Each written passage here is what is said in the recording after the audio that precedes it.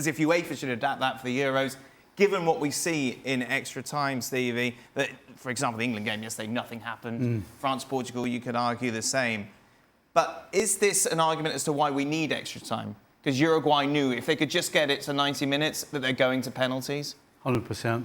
I think no extra time will always favour the team that wants to sit tight. Right. And in the last 20, 30 years, FIFA, UEFA, everybody's been looking at ways of making the game better, making it more exciting.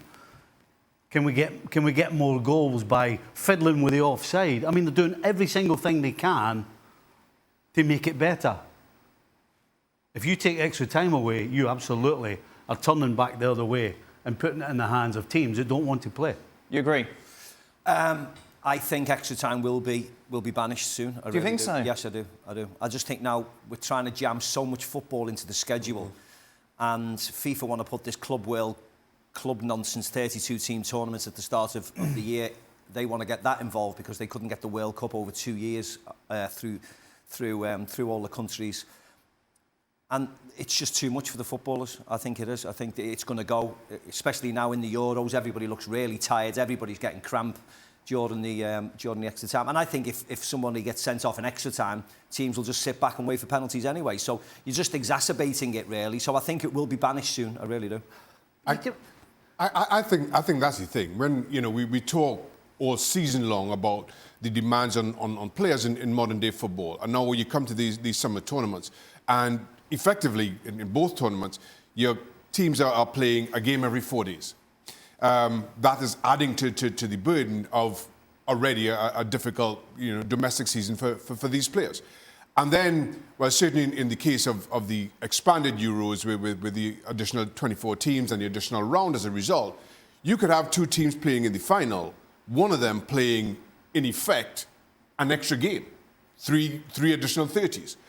In the final, and that again has to take a toll on the players. Get it done in the 90. But suppose you are a good team and you come up against another who are just happy to sit back and soak up pressure, and you can't break that down. All I'm saying is you want to have the best football on the park, and certainly you want to have the best football in the final.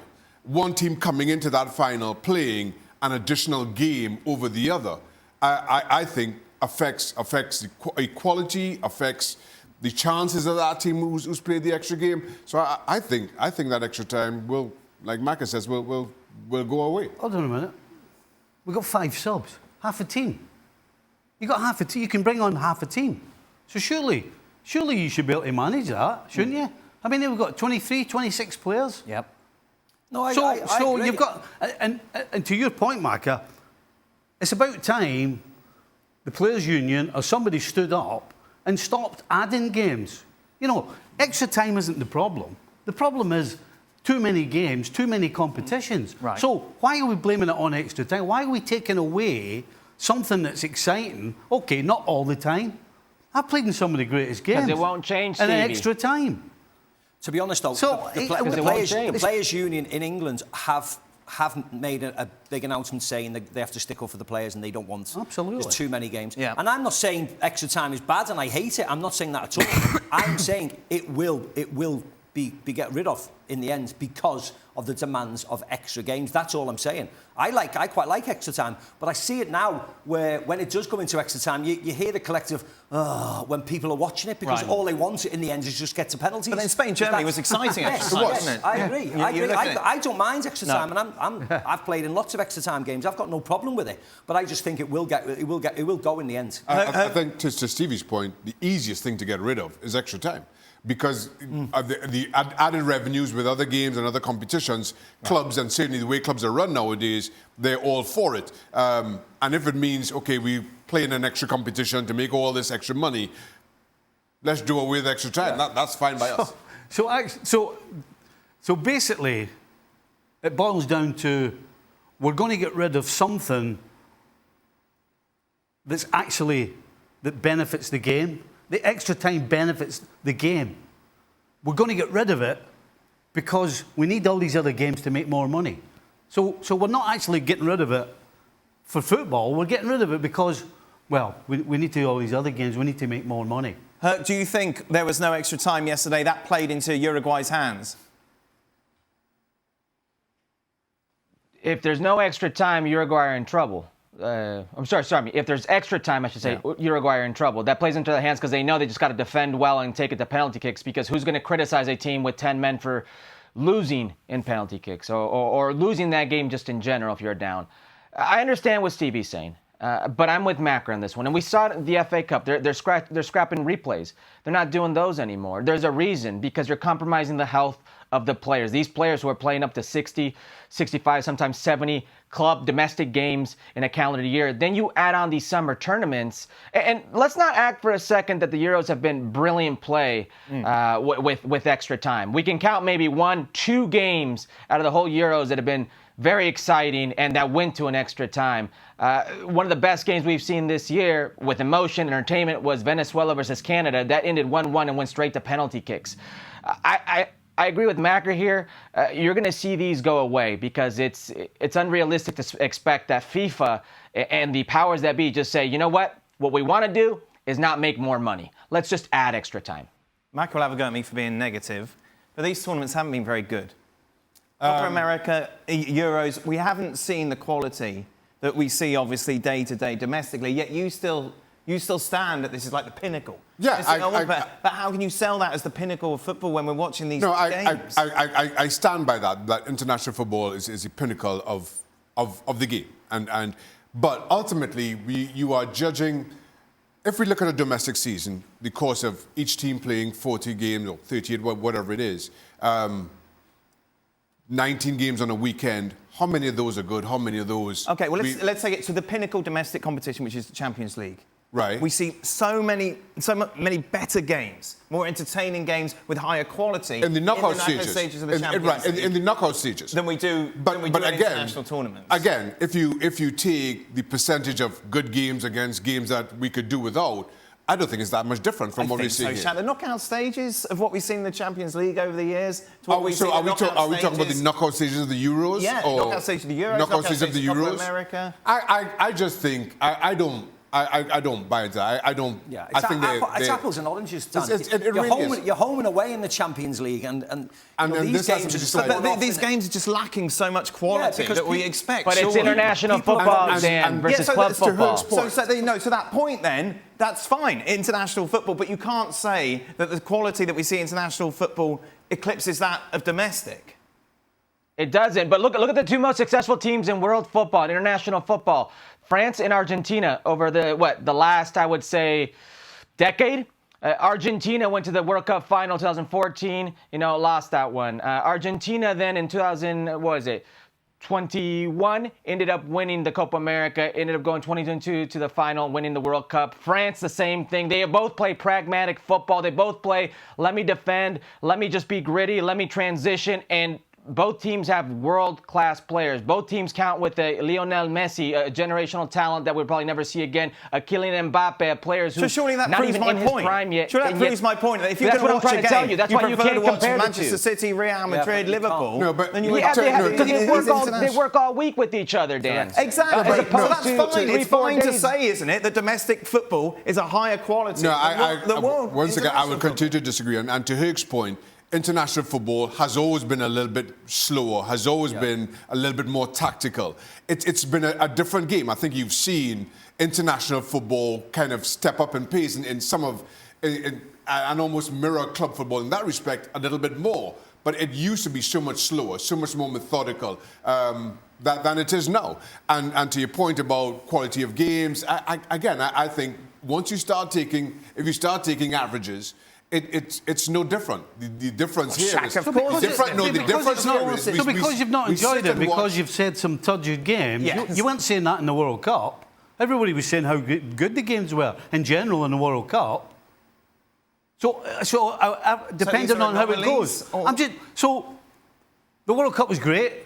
The Euros hasn't been so good. So does that mean that we completely changed We changed the whole complexion of everything. The World Cup was in December. Even still during the World Cup, wasn't congested. We still saw some bad games in that, didn't we? But you're always going to see bad games because we don't know what we're going to get all the time. That's why we watch it. You see bad games all the time in the Champions League. We don't know what we're going to. That's why we sit here and you ask us questions like, who's going to win? Who's going to be the best team? Sure. What's your prediction for the score? Because the games actually have to be played. I understand that. Right. Yeah, I understand. But you don't always get what you want. Sometimes you get a bad game. Now, it just so happens that most people would suggest that the Euros hasn't been scintillating. Right, not all the Copa. So because it hasn't been scintillating, we're going to rip up the script and start again. No, of course not. I'm just saying, when it comes to quality... Also, I think you don't appreciate some of the bad games or how bad those games are in the Champions League because you have games playing simultaneously. So we'll sit down here and pick the best out of 4 games. With the Euros, with the Copa America, with the World Cup, there's one game at a time, unless you get to the final group stage game where, for obvious reasons, it's played simultaneously. So you sit and focus on that game, good, bad, or indifferent, where you don't need to in the Champions League. It's home and away in the Champions League. These are neutral grounds, playing for your country. It's a different type of pressure. So as I said, you might as well say it's a completely different sport.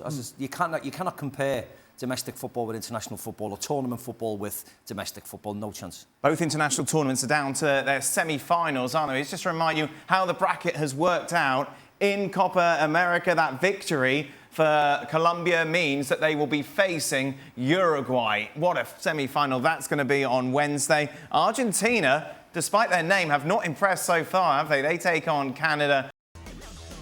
Every now and then you think, surely there has to be some enjoyment in this job. So if I can't enjoy that moment, then the whole thing's a waste of time, really. So I love the players. I love being in that moment with them. I took this job to try and improve English football, not the seniors when I first joined the Football Association. And I wanted us to regain credibility on a world stage. So I can't deny that, when it's as personal as it's been the last few weeks, on a human level, that's quite difficult. But we're fighting. We're not going to stop fighting. And as I said, we're in another semi-final and we'll see where we can get to. A couple of Englishmen. So Mark Ogden joins us. Archie Rhind-Tutt as well. Archie, you were at the game yesterday. What is the sentiment around Gareth Southgate? Because let's face it, if you spoke to those England fans and said, look, Southgate is going to take you to 3 semi-finals in major tournaments when he took over, you'd be like, wow, this man is a god. However, not quite seen as that. It wasn't seen or felt that way in the ground yesterday, Dan, because as Gareth Southgate went to make that triple substitution after England went a goal down, I just saw fans fuming at him for the fact that it had taken that long for him to react. And I think that the point you make about the semi-finals is valid. The difference is, all these England fans are club fans as well. They follow their team, whether it's in the Premier League or in the lower divisions as well. And the thing is, they have seen what these players are individually capable of with their clubs. And that is the important bit of the narrative that I think gets left out, because they know that the capabilities of these players is much higher than what they've seen under Gareth Southgate when it comes to England going forward. And I think that there is a certain hierarchy in the attack, for example, where you can see Harry Kane, Jude Bellingham, Phil Foden and Bukayo Saka not exactly being on the same wavelength. And I think that Gareth Southgate's struggle to get the most out of them has caused a lot of frustration amongst England fans, because they just think that the quality of football that they're seeing should be a bit better, even if they are still very much enjoying, as I can tell you by the amount of beer I had covered over me yesterday, how far they've gone in the tournament. But the telling moment for me of how there's not really a connection between the England fans and Southgate was, as Sweet Caroline was blazing out around the stadium after the win, Southgate went over to the England fans and started trying to fist pump and really celebrate. And usually, I've seen it in club football, if there's a connection between the coach and the fans, there's this little extra roar and you see the fans lean in a bit towards the coach. And that just did not happen. I want to go to Oggy in a moment, but I want to go for you, Stevie, first as a former coach. Do you feel sorry for him at all? Absolutely. Yeah, absolutely. I think the reason I feel sorry is the personal stuff, because when you're a coach, it's open season. You're open season, really, when the team's not doing well. But as long as it sticks to football matters, then you have to take it on the chin. Yeah. You know, and to be fair to Gareth Southgate, he's had a long time getting patted on the back. Right. And it's unusual to see him getting the pelt as he's getting now. But you can't say that he doesn't deserve it. At the end of the day, his job is, yes, to win games, but you've got to provide some sort of formula, some sort of entertainment. You've got to give your supporters something to cheer about. And that's part of your job. And also part of your job is, whether it's Harry Kane, who's your captain, if they're not playing well, if they're not doing the job, you've got to have the strength of character to play somebody else. You've got a squad of 23 with some fantastic strikers on it that haven't seen the field pretty much. You've got to make a decision. You can't just keep throwing them out, hoping something's going to click. And you can't argue that Foden and Bellingham and Kane and Shaka haven't gelled well together. Well, again, part of your job is to make it gel. You've got to figure out whatever talent all your players have that you have available, who do I put together that's going to gel? Not, well, I can't leave Harry Kane out. Right. Because if you start doing that, then you've no chance. And it kind of smells a little bit like that. Does it smell like that to you, Oggy? It does a little bit. I think over recent tournaments we've seen England captains like David Beckham, Wayne Rooney and now Harry Kane. It's almost like the armband gives you some sort of immunity from being dropped. And I think the situation with Kane is that, you know, he ended last season as the top scorer in the Bundesliga, so you can't say that he's a player that's coming to the end. That he's not. He's still young enough to come back, but he doesn't look fit. Because yesterday his movement against Switzerland was non-existent. And, you know, people are saying, well, he doesn't get the chances, that he needs to score goals, but you have to move to get the chances. You know, if you're not moving very well or you're playing, 20, 30 yards too deep, you're not where you should be. So he's not helping the team right now. And I think, Gareth Southgate in the past has made big calls. I think at the outset he dropped Joe Hart from the World Cup squad in 2018. That was a big call. He dropped Rooney pretty soon. People like Theo Walcott, even that was a big call at the time. So he's never been shy of doing that. He didn't take Jack Grealish, Marcus Rashford, but Harry Kane, like I say, with the captain's armband, it does seem to give players maybe a tournament too long sometimes to be dropped. But I think as soon as he went off, or just maybe slightly prior, they just looked a bit more lively. Cole Palmer came, Eberechi Eze, just much more freshness. So I do think that Southgate does need to look into it. That is his big decision. He's got some big decisions to make. Mark Guehi, he's back from suspension. Does he come back in? Does Luke Shaw start? Does he play 3 at the back? Does he go for 4 at the back? But I think the big question is, does Harry Kane start? And I think he will start, but I don't think he should. What do you think, Macca? I think he'll start. Do you think he should? Well, if I was Ivan Toney or if I was Ollie Watkins, I'd be upset, But he will go for the tried and trusted method because he always has done. The starting 11 the other day, albeit, I said this yesterday, albeit he went to 5 at the back or 3 at the back, whatever you call it. It wasn't. It was the same personnel. They just shifted slightly to the left. Trippier went further forward, didn't offer much as a left wing-back. And they only really started playing when he had to make the decisions. He had to be reactive. He wasn't proactive, he was reactive. We're down, let's get everybody on the pitch and try and hope something comes off. And, I don't agree with some of the personal criticism he's having, and some of it has been terrible. But that's a different context. Again, we speak about it now, social media, podcasts. There's people out there trying to sell things left, right and centre. So I can see why it's got personal, and I don't agree with that. But we want England to win, and if they don't win, we'll be upset about how they have played. Because they haven't used the Ezes, they haven't used the Cole Palmers, they haven't used the Tonys, the Anthony Gordons. Otherwise, what's the point of taking them? Yeah. I hope Luke Shaw's fit because we need him to be fit and to be able to play 90 minutes in a big game. But I'd like to see the starting 11 change from how it's been because I don't think we are good enough the way we start games. Okay, am I being a bit cynical in that all of the compliments that Jimmy Floyd-Hasselbank seems to have had, Gareth Southgate as well, for getting this team to be prime penalty takers, when if you look at the 5 who took penalties, it just happens to be the fact that they are 5 main penalty takers for their clubs. So surely you didn't really have to do too much. Just go on, just take it. oh yeah, all this science nonsense. It's it's basically plays a good technique. Sometimes scores, sometimes miss. The goalkeeper pulls off a save. It's just Jordan Pickford had the directions of the Swiss penalty takes on his bottle, and sometimes they went the right way, sometimes they didn't. It's about keeping your head in that situation. It must be the most intense, unforgiving situation, and sometimes even the best players in the world can't score a penalty. We saw Harry Kane in the World Cup in 2022 putting over the bar. So I don't think it's much down to what they do on the training pitch. It's just how they deal with it at the time. I might be wrong. I mean, Maka might disagree. I know he's taking shoots. I agree with you, mate. We saw Messi miss one the other day, didn't we? I'm exactly the same as you. The fact that we had really good penalty takers to step up the other day, I had total faith in them because I've seen them score them in the Premier League week in, week out. That was the only reason. And as you rightly said, you have to do your homework. Pickford's got all the things on, but he saved the worst penalty, which was hit right at him by Akanji. Yeah. He didn't get close to any of the others. No. Even though he's got this so-called cheat sheet. It's just doing extra homework, actually. It looks cool, but we all know it's... Well, let's ask the goalkeeper, shall we? It's nonsense. You're harsh. But first of all... Do you think Sommer had a cheat sheet about all the England... Of course he did. He never got near any of them. First of all, I've made this point before. I don't understand the length of your list. You have... Jordan Pickford has a list of 18 penalty takers on his bottle. Well, I guarantee you, 12 of those haven't taken a penalty this season. Can I ask you about the fake right dive left? Well, it's not my water bottle, so I don't know where you're asking me. That is exactly what he did, though, didn't he? He jumped right and then dived left, and he still never stopped it. To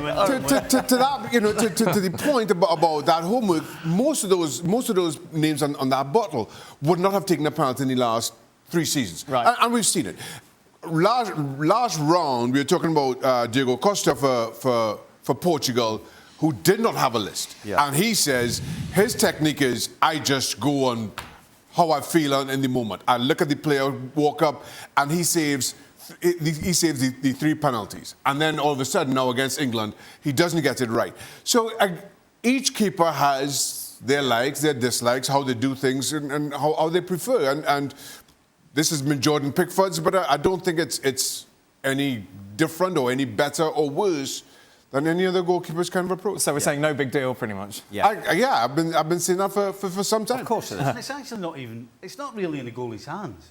Because at the end of the day, if the technique and the pace of the ball and where you put it, if you get that right as the penalty taker, it doesn't matter if the goalie gets it.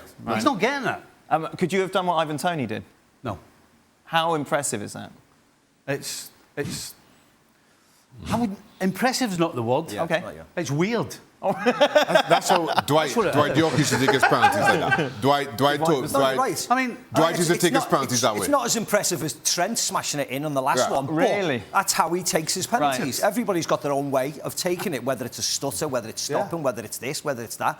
And as he said, the Ivan Toney one is very brave because he doesn't take any run up and he always just places it either side of the goalie without looking at the ball. He's mental. How do you deal with that as a goalkeeper? I'm not sure. That comes down to timing. As I say, Dwight York used to take his penalties exactly the same. Didn't look at the ball. He was waiting for the goalkeeper to move. And as soon as the goalkeeper moved, he could put it either side. And that's the issue in dealing with that kind of penalty.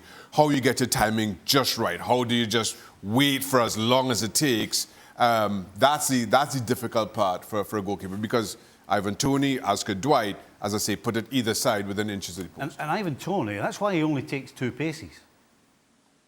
I mean, it's kind of like muscle memory. He's only taking 2 paces because if it was any more, he might miss the ball. I mean, he's not going to go at the edge of the box and run as fast as he can and hit it. Without looking at the ball. It's because he's got a specific 2 paces that means that he doesn't have to look at the ball. He's 100% convinced in his mind. He's probably done this 100,000 times. Right.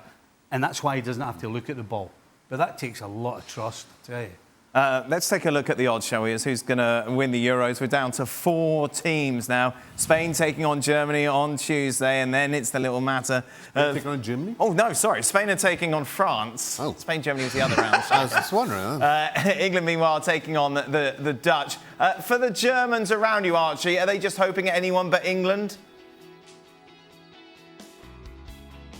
Well, the Germans don't really hate England, nowhere near as much as the English seem to hate Germany, as I found out through countless number of songs that have been sung around me this tournament. Germany's main rivals traditionally are the Netherlands and Italy, but I think the thing that the Germans find offensive about England is the style of football that's being played. Yeah. The amount of messages I have had sent my way about ridiculous doses of luck that England have had and how they should be nowhere near the semi-finals has made it all the sweeter that England have then got further than Germany in the tournament.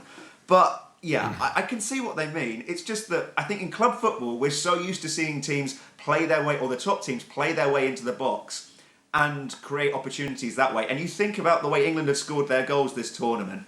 A long throw with a beautiful finish. I'd say Tony Pulis football turned up to the highest volume. And then you've got 2 deflected crosses, a long-range shot, and a shanked shot, which is not exactly the most confidence-boosting way of scoring your goals, but it's working, and I'm not going to complain about the result so far. What do you say? What's the deodorant line you use, Stevie? Winning is the deodorant of the game. Exactly. And that's it, Ogden, isn't it? If England, all bad smells, Micah. if England, Does, mate, you're correct. if England beat the Dutch and then win in the final, Ogden, deodorant will be used perfectly because no one will care how they played.